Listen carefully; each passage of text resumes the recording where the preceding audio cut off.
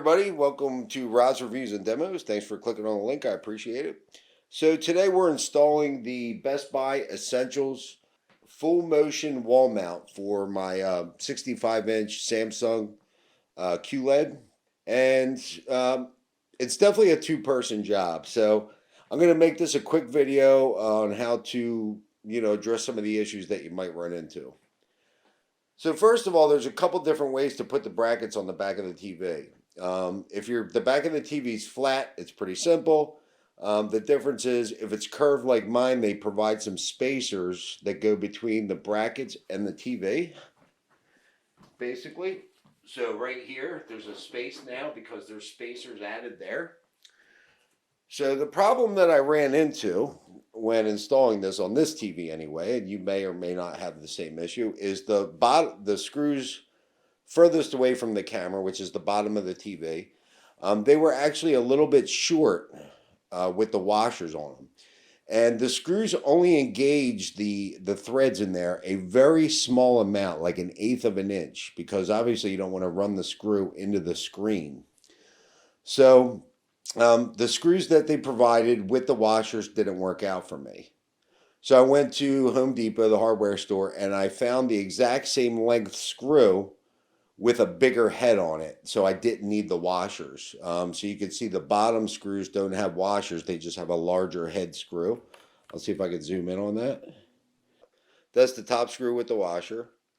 And then the bottom screw, you can see, just has a much larger head on it. So that worked out great for me. They engaged just the right amount. Now, they don't say anything about putting Loctite on the screws, but I put a tiny, tiny bit of removable blue Loctite on them. And the reason I did that is because I have 2 subs in the house now, and when those subs are kicking, that's a lot of vibration. So I figured a little bit of Loctite would go a long way, and I literally just put one little drop on there and snug the screws like they say. Do not over tighten the screws. You could break something, you could run them into the screen, snug. I would say probably 15 pounds of torque, inch torque. Let's call it inch torque. Probably 15 pounds, 10 pounds, something like that. It's not much at all. Okay, so that's the brackets on the back of the TV, and you can see they kind of have these little engagement teeth that slide down over the bracket. I'll zoom in on them. So you see those little engagement teeth there right above the bolt. So basically what happens is there's a flat plate on the mounting bracket itself, and that TV will just drop right on there. And then those screws that you see on the bottom that aren't attached to anything right there, that is what tightens the TV to the plate, the mounting plate. All right, so let's move up to the wall mount itself. Okay, so the wall mount is really where it got tricky. All right, now if you're pretty mathematically and mechanically inclined, then you can probably figure it out pretty simply. But I'm going to help you here because some people may struggle with this.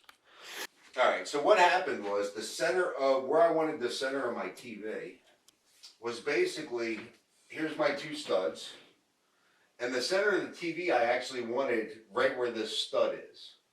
So obviously that's a problem because if I move this bracket to center it on that stud, I wouldn't catch any studs to mount it. That's a huge problem. You have to catch the studs to mount the TV if you're on a stud wall.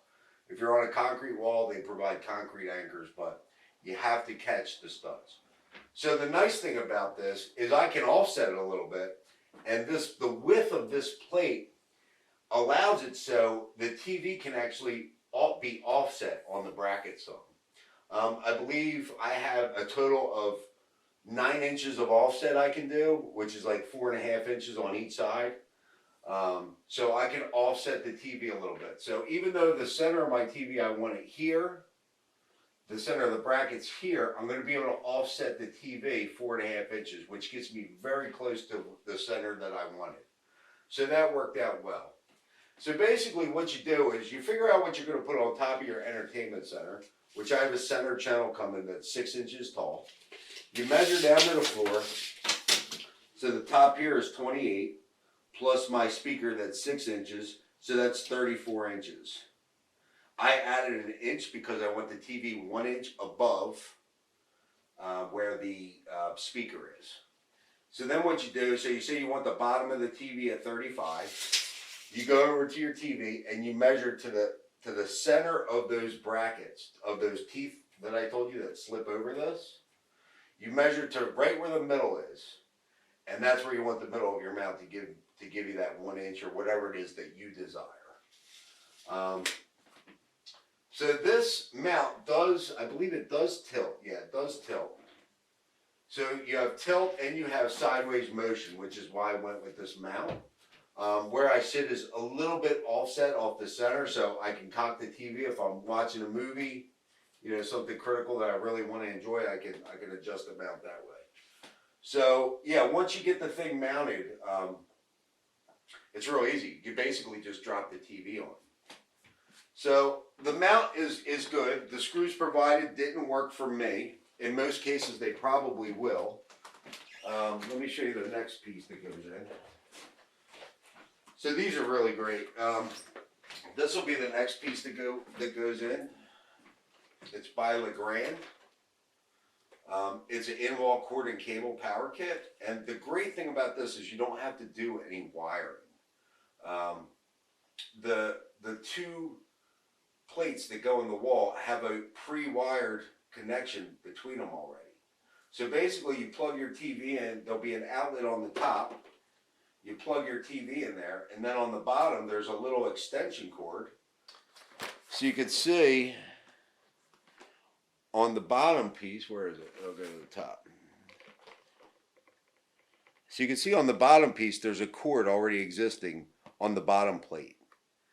And then the top plate, you basically just plug your TV into it. So that eliminates any wiring or installing an outlet up behind your TV. This thing's really awesome.